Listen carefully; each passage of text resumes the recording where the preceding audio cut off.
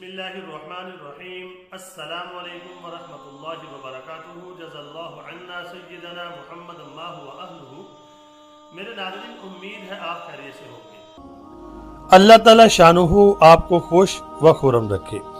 आज की जो मेरी वीडियो है उसका टाइटल और मौजू आपके सामने है, बैतुल मुक़द्दस की आबादी।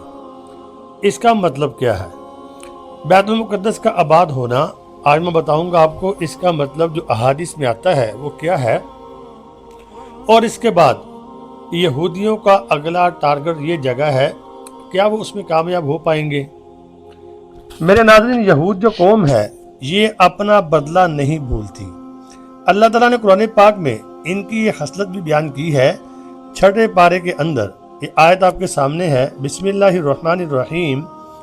अल्लाह ताला फरमाता है, लताजिदन्ना अशद्दन्नासी अदावतल लिल्लज़ीना आमनुल यहूदा वल्लज़ीना अशरकू। ये पहली लाइन से आप देखें, अल्लाह ताला फरमाता है कि तुम ये बात ज़रूर महसूस कर लोगे, मुसलमानों से सबसे सख्त दुश्मनी रखने वाले जो पहले नंबर पे हैं वो यहूदी हैं। यहूदियों को तुम पाओगे ज़रूर बज़रूर मुसलमानों से सबसे ज़्यादा दुश्मनी रखने वाले, और दूसरे नंबर पे जो दुश्मनी रखने वाले पाओगे वो लोग हैं जो शिरक करते हैं, नहीं मुशरिक, और उनसे कम दुश्मनी रखने वाले तुम पाओगे तीसरे नंबर पे ईसाइयों को, जिनको नसरानी कहते हैं। उसकी वजह यह है कि उनमें बहुत से इल्म दोस्त आलिम और बहुत से तारिक दुनिया दरवेश हैं। जो कुरान पाक का 6 पारा है, अल्लाह ताला ने वाज़े यहूदियों की और मुशरिकीन की और नसारा की सिफात बयान की है।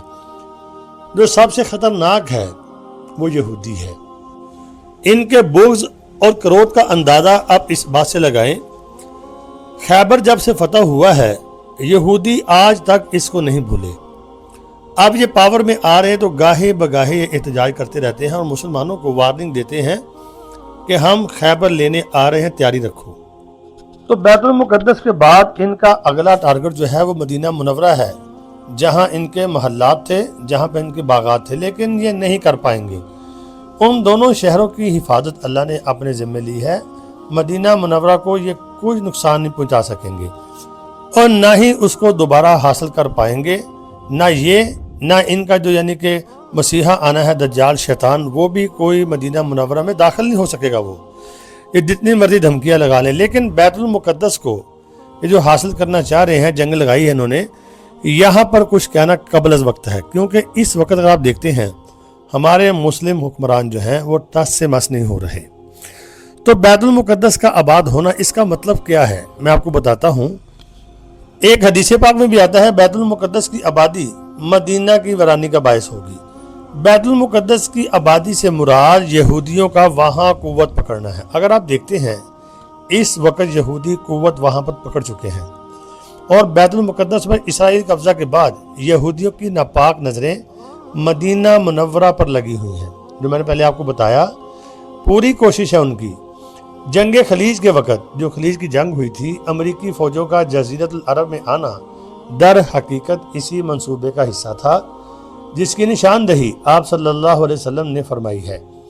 यही वजह थी कि अहले ईमान यहूदियों की इस साजिश को समझ गए और अल्लाह वालों ने अमेरिका के खिलाफ जिहाद का ऐलान कर दिया, और इस तरह उस वक़्त से शुरू होने वाली कुफ्र इस्लाम की जंग अब तेज़ी के साथ फैसला कुन मरहला की तरफ जा रही है। ये जंग काफ़ी देर से लगी हुई है, लेकिन बढ़ते बढ़ते अब ये बहुत ज़्यादा बढ़ चुकी है।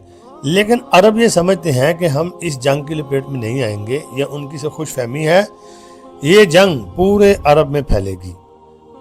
यही तो उनका मकसद है। इसको अरब में फैलाकर अपनी नापाक नज़रें उन्होंने मुक़द्दस मकामात के ऊपर रखी हुई हैं। लेकिन अल्लाह रब्बुल आलमीन इंशाअल्लाह हिफाजत फरमाएंगे, अपने बंदों के ज़रिए से भी हिफाजत फरमाएंगे। तो मेरे नाज़रीन, कुफ़ार जो हैं अपनी साजिशें कर रहे हैं, लेकिन अल्लाह रब्बुल आलमीन जो है उनकी साजिशों को उनके ऊपर ही लौटा देंगे इंशाअल्लाह।